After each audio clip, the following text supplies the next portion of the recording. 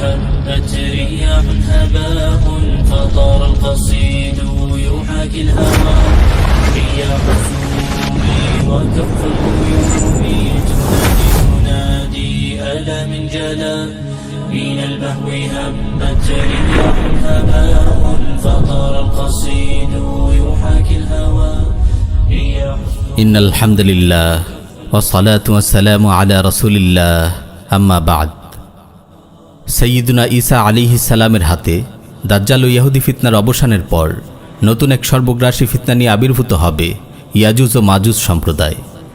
এদের নিয়ে আমরা পূর্বে আলাদা একটি পর্বে আলোচনা করেছি। সাহিহ মুসলিমে বর্ণিত একটি দীর্ঘ হাদিস এসেছে, দাজ্জালকে হত্যা করার পর ঈসা আলাইহিস সালাম দাজ্জালের ফিতনা থেকে বেঁচে যাওয়া অবশিষ্ট মুসলিমদের কাছে আসবেন। তিনি তাদের মুখে হাত বুলিয়ে দেবেন এবং জান্নাতে তারা কোন অবস্থানে থাকবে তা তাদের জানিয়ে দেবেন। এমন সময়ে আল্লাহ তাআলা তার কাছে এই মর্মে ওহী পাঠাবেন যে আমি আমার এমন একদল বান্দাকে বের করেছি যাদের বিরুদ্ধে লড়াই করার ক্ষমতা কারণেই তুমি আমার মুমিন বান্দাদেরকে নিয়ে তুর পাহাড়ে চলে যাও। তখন আল্লাহ তাআলা ইয়াজুজ ও মাজুজকে পাঠাবেন। তারা প্রতিটি উচ্চভূমি থেকে ছুটে আসবে। তাদের প্রথম দলটি তবারিয়া উপসাগরের উপকূলে এসে এর সকল পানি খেয়ে নিঃশেষ করে দেবে। তাদের পরবর্তী দল যখন এই সাগরের উপর দিয়ে যাবে তারা বলবে এখানে এক সময় পানি ছিল। তারপর তারা চলতে চলতে বাইতুল মাকদিসের পাহাড়ের কাছে গিয়ে পৌঁছবে যেখানে প্রচুর গাছ আছে।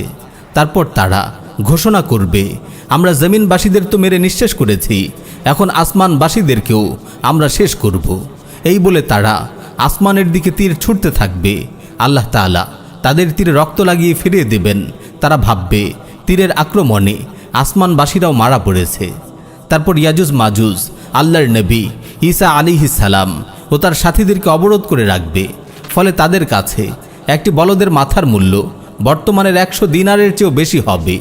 ক্ষুধা, তৃষ্ণা ও দুর্ভিক্ষে অতিষ্ঠ হয়ে ঈসা আলাইহিস সালাম ও তার সাথীরা আল্লাহর নিকট দোয়া করবেন।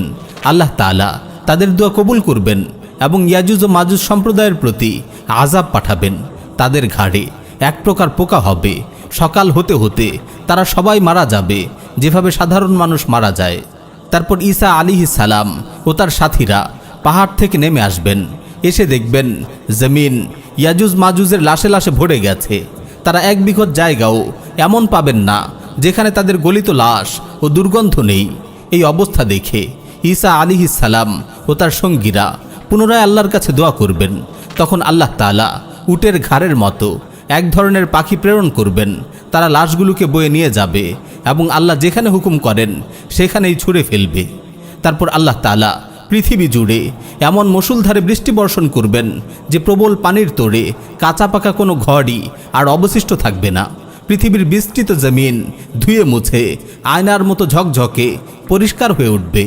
এমনকি গাছপালা ও বৃক্ষলতা বলতে কিছুই থাকবে না। তারপর আল্লাহ তাআলা জমিনকে নির্দেশ দেবেন, হে জমিন তুমি আবার শস্য উৎপন্ন করো এবং তোমার বরকত ফিরিয়ে দাও। তখন ফল ফসলে এত বেশি বরকত হবে যে একদল মানুষ মিলে একটি মাত্র ডালিম খাবে। খাওয়ার পর ডালিমটির খোসার ছায়ায় বসবে। অর্থাৎ ডালিমের সাইজ এত বড় হবে একদল মানুষ মিলে একটি ডালিম খাবে এবং খাওয়ার পর ডালিমের খোসাকে ছায়া লাভের জন্য ছাতার ন্যায় ব্যবহার করবে। দুধের মধ্যে বরকত হবে। একটি উটনির দুধ মানুষের একটি বড় দল পেট পুরে খেতে পারবে। একটি গাভীর দুধ এক গোত্রের মানুষের জন্য যথেষ্ট হবে এবং একটি বকরির দুধ এক দাদার সন্তানদের জন্য যথেষ্ট হবে। ইয়াজুজ মাজুজের বিরুদ্ধে লড়াই করা অসম্ভব হওয়ার কারণ তাদের সংখ্যাধিক্য। উল্লিখিত হাদিসে তাদের পড়ে থাকা লাশের বিবরণ থেকে তাদের সংখ্যাধিক্যের বিষয়টি আন্দাজ করা যায়। সুনান ইবনে মাজায় বর্ণিত একটি সহিহ হাদিস এসেছে, রাসূল সাল্লাল্লাহু আলাইহি ওয়াসাল্লাম ইরশাদ করেন, সাইয়ুকিদুল মুসলিমুনা মিন কিসিয়্যি ইয়াজুজ ওয়া মাজুজ ওয়া নুশাবিহিম ওয়া আতরিসাতিহিম 7 সিনিন।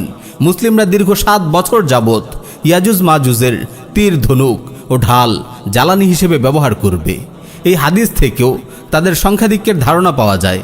আরও একটি বিষয় যেটির দিকে আমরা পূর্বে ইশারা করেছি, এই হাদিস এবং এই ধরনের আখিরুজ্জামান বিষয়ক অন্যান্য হাদিস যেখানে যুদ্ধাস্ত্র হিসেবে তীর তলোয়ারের কথা এসেছে, এই সকল হাদিস থেকে বোঝা যায় আধুনিক সভ্যতার এইসব বোমা ও মিসাইলের মতো মরণাস্ত্র এক সময় অকেজো হয়ে পড়বে, খুব সম্ভব এগুলো নিজে নিজেই ধ্বংস হয়ে যাবে।